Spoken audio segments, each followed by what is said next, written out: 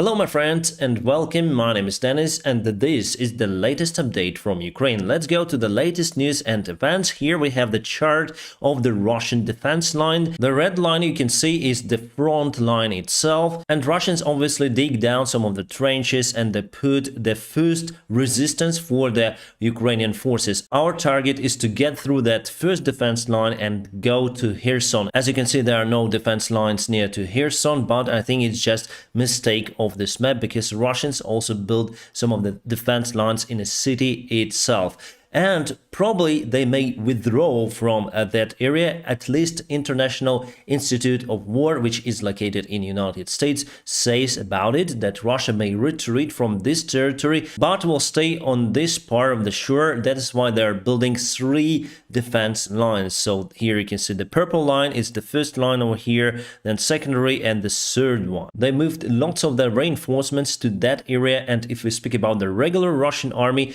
my friends, the most professional part of the Russian army is now in this area on the south part of Ukraine, Kherson region. If we speak about the eastern part of Ukraine, Donbass, there are also professional Russian army but private military Wagner, mixed with some new mobilized soldiers and also prisoners that Russia take and send to die in this war. In Kherson region and Kherson city, we see the signs of rotation, so Russia removes some part of their army and put new reinforcements, increasing the general group of the Russian soldiers. So for Ukraine, it's kind of hard to get this area under control. Nevertheless, we are waiting for the new weaponry that will help Ukraine to fight back our territory. And my friends, we also have some help from the sponsor of today's video. The sponsor of today's video is Atlas VPN. You know what, my friends? Atlas VPN have decided to extend their Halloween crazy discount. So now you can still Black Friday deal and get Atlas VPN Premium for just $170 per month plus 6 months extra with a 30-day money-back guarantee. It is the best Atlas VPN offer of this year. Just be aware the offer is time limited and available with my personal link in the video description below. So why do I use the Atlas VPN? First of all, I do care about my security because Atlas VPN has a special design data breach monitoring system. If I have the Atlas VPN warning, then someone tries to reach my device, I switch off the public Wi-Fi. Also, Atlas VPN uses the military standard protocols to secure your data, and they put firewalls to the government control annoying ads and hackers. Also, Atlas VPN themselves are unaware of what data is on your device. Basically, they are protecting it without access to your data. Atlas also has awesome feature of the multiple devices support from the single account, so I use Atlas VPN on my iPhone, laptop and iPad. I always keep it on to make sure that my devices are protected. Then I have some free time, I would like to watch my favorite series on the Netflix platform, so not only Atlas VPN gives me the permission to access any kind of series in my country which are blocked or not blocked, but it gives me fantastic streaming speed. Basically, there are no any changes in that parameter, whether Atlas VPN on or off.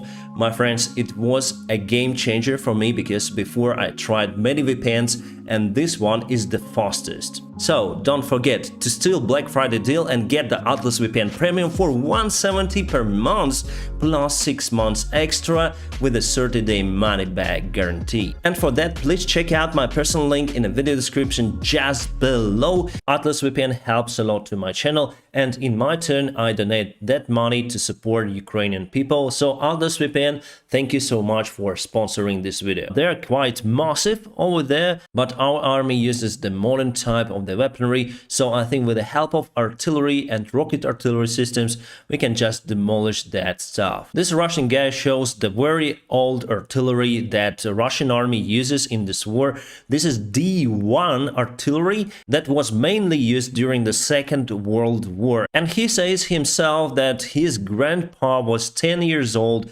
when this weaponry was developed. And it clearly shows the situation in the Russian Russian army that they are in lack of the modern type of the weaponry. We have M777 modern type of the artillery systems, not speaking about the HIMARS, very precise, long distance, and they have D1 systems, but they have lots of that stuff. That's why they have lots of the fire. They create so-called firewall on the front lines. Today, President Zelensky announced that we'll have more air defense systems that will help Ukraine to fight against the Shahid drones and Russian cruise missiles that they continue to use to destroy Ukrainian infrastructure. And here are the satellite images of the Russian defense lines. You may see they are very close to the coastline, and there are some trenches, bunkers, and even here you can see that this is the Ukrainian map, and here it is shown the most blackout. So around 12 hours without electricity you may spend if you live in Kiev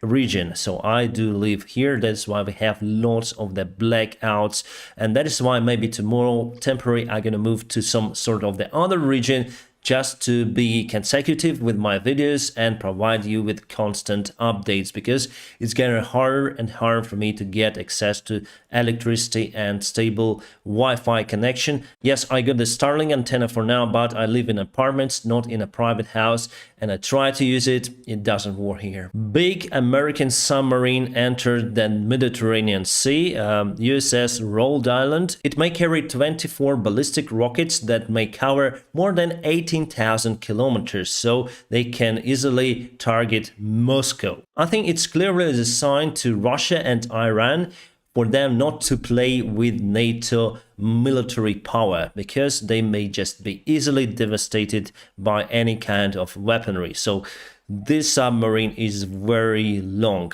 and this is the rocket that it uses. It has 24, and from that area where the submarine is around 3,000 kilometers up to Moscow reach. I think those rockets may target all of the Russia with that range. Those Russian warriors were imprisoned by Ukrainian soldiers, and we have a special fund that guarantees the pay for each Russian soldier. So if Ukrainian forces would take Russian soldiers alive, they will have guaranteed pay. So this time they were paid by $600, which is alright. Iranian Ilyushin-76 was spotted in Moscow nuclear airport. Probably Iran continues to deliver drones to the Russian Federation. Today, by the way, Iran admitted that they sent some of the drones to Russian Federation. However, they say that they sent few of them and before the war. But in Ukraine, we shot down each day around 10 Iranian drones. So what Iranian side says is total nonsense. This is the Russian mobilized soldier. His name is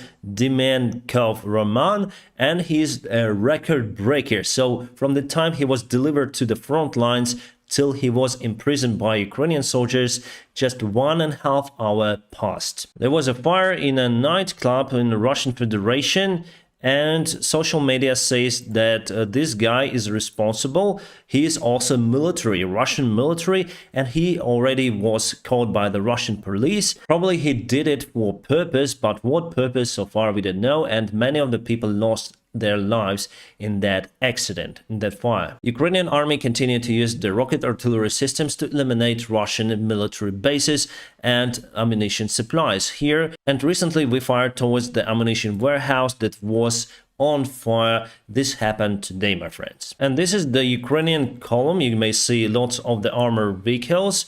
It seems like they are in the south part of Ukraine, somewhere near to Kherson. Probably we should expect something. However, there are no any tanks, but we use light armored vehicles to increase the mobility of our forces. Probably it's just a column to refuel those cars, who knows. It's getting cold in Ukraine, and yes, my friends, technically it's Ukraine. It's the research base Academic Vernadsky in Antarctica. At the end of the last year, one more scientific expedition and Ukrainian ship was sent to that base, and all of the scientists are there, but there are lots of snow, my friends, and lots of penguins. I already shared this video on my Telegram channel, my friends. This is the Russian soldier with a bow, and he's from Bashkiria or something, and this is just a performance, that theater performance for the camera. and how they fight here in Ukraine with the bow. just just crazy. He has the rifle, and firstly he shoots and then takes the rifle. Should be done in a different order, I think. It seems like there is the challenge in the Russian army for the most cringy TikTok video. So Kadyrovites fight with the bushes, with the trees, and now you can see the bow. Just fantastic. And what about those tails? Good in masking that soldier.